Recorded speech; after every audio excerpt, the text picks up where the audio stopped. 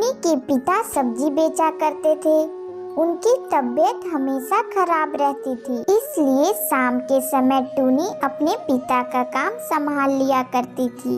एक दिन जब टूनी सब्जी बेच रही थी, तभी वहाँ भोला नाम का एक चिड़ा आता है। भोला का टूनी पे दिल आ गया और वह मन में सोचने लगा, कितनी प्यारी चिड़िया है, काश ऐसी चिड़िया मेरी जीवन साथी हो।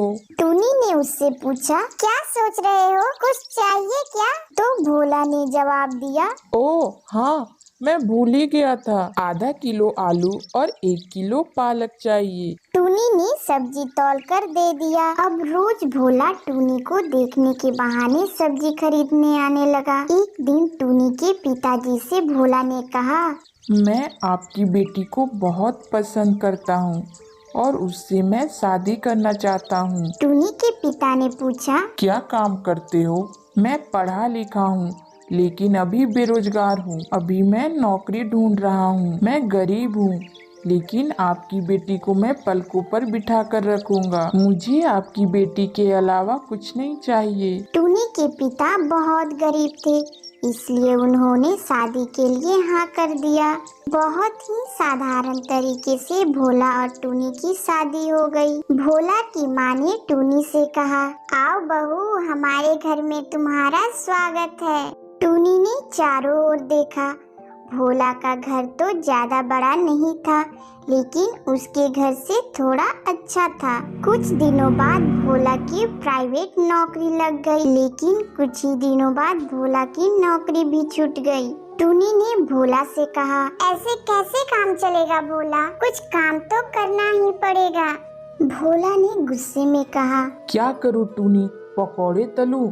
डिग्रियां लेकर भी कोई नौकरी नहीं मिल रही है और जो मिलती है वो महीने 2 महीने में छूट जाती है। टूनी की सास ने कहा, बहू, जमा जोड़ा सब खत्म होने चला है, इसकी नौकरी से भी क्या होने वाला है, इतने खर्चे हैं गृहस्थी के, ये बेचारा भी क्या करे।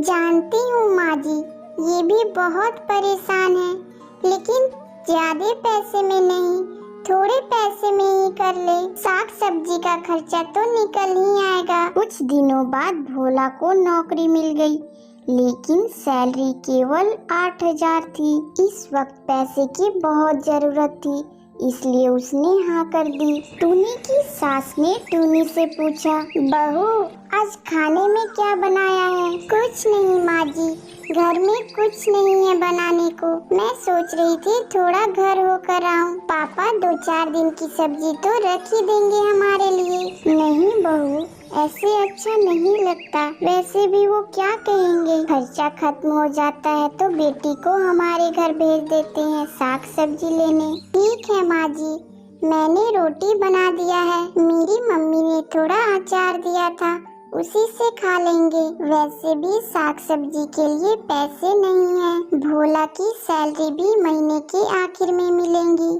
टूनी ने खाना परोस दिया, थाली में अचार और रोटी रख दिया। भोला ने कहा, सब्जी नहीं बनाई क्या? तो टूनी ने कहा, सब्जी के लिए पैसे नहीं है भोला, कुछ दिन अचार से ही रोटी खानी पड़ेगी। टूनी के सास ने कहा, बहू, ये अचार तो बहुत स्वादिष्ट है, किसने बनाया? मेरी मम्मी बनाती है माँ जी, वैसे मैं भी बना लेती हूँ। अब की सैलरी मिल जाए तो तुम भी ये अचार जरूर बनाना, सच में बहुत बढ़िया लग रहा है। मेरी मम्मी कहती है एक समय सब्जी ना मिले तो अचार से काम चलाया जा सकता है, ऐसा अचार मिले तो मैं हर समय अचार से ही रोटी खाऊं। कुछ दिनों बाद, माँ जी, कुछ नींबू रखे थे, मैंने इनका अचार बनाया है, चखकर बताओ। सच में लगता है जादू है तुम दोनों माँ बेटी के हाथों में, जो खाए उंगलियां चाटता रह जाए। एक बात कहूँ? कहो टूनी।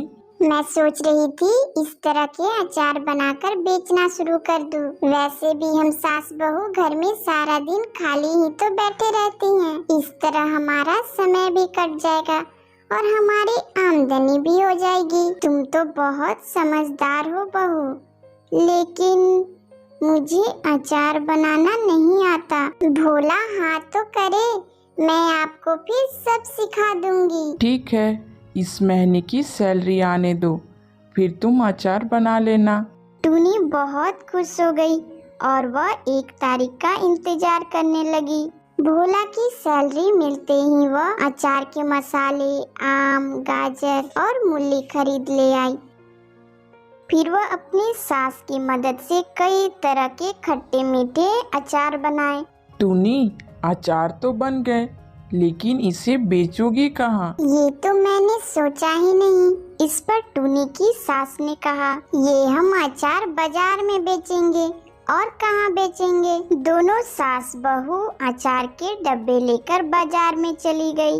अचार ले लो, आम का ले लो, नींबू का ले लो, गाजर मूली का ले लो, अचार ले लो। एक चिड़िया ने उनसे पूछा, बहन जी कैसे है अचार? 80 रुपए किलो। अरे ये तो बहुत सस्ता है, 30 किलो तो आम ही मिल रहे हैं। इसकी खुशबू से ही मुंह में पानी आ रहा है। पहले चखिए फिर खरीदिए। अरे वाह, मजा आ गया। जैसी खुशबू वैसी अचार। लाओ 1 किलो दे दो। मेरी बहू प्रेग्नेंट है, खाएगी तो उसका मन अच्छा हो जाएगा।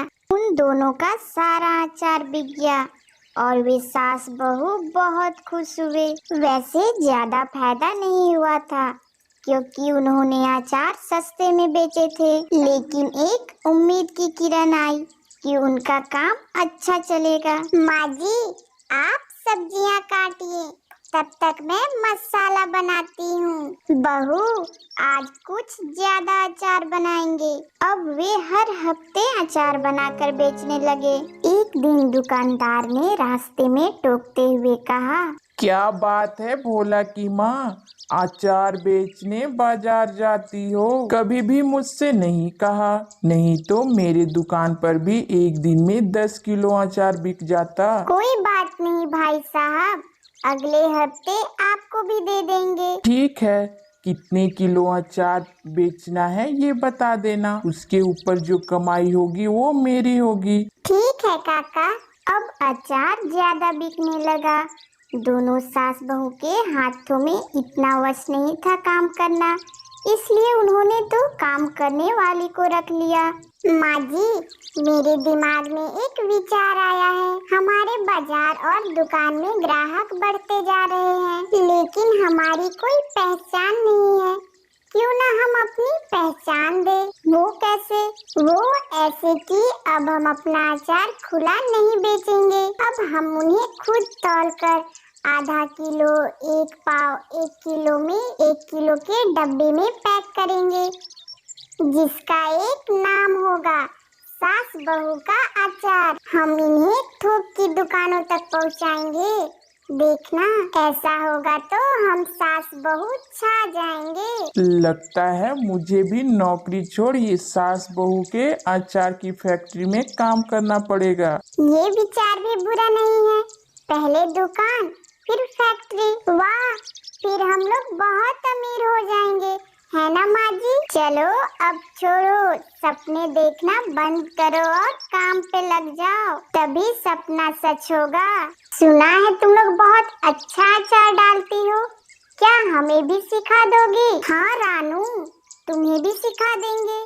हमने अपनी दुकान खोली है जिसका नाम रखा है सास बहू का अचार। तुम अपने साथ बहू और बेटियों को ले आना, वे भी अचार बनाना सीख लेगी और हमारे साथ पैकिंग का काम भी कर लेंगी। इनके बदले उन्हें पैसे दे दूंगी। अच्छा ठीक है, तो फिर मैं कल ही सबको लेकर आऊंगी। अगर मेहनत सच्ची हो तो दिन बदलने में समय नहीं लगता। सास बहू अचार की दुकान एक छोटी सी फैक्ट्री में बदल गई। भोला ने नौकरी छोड़ दी।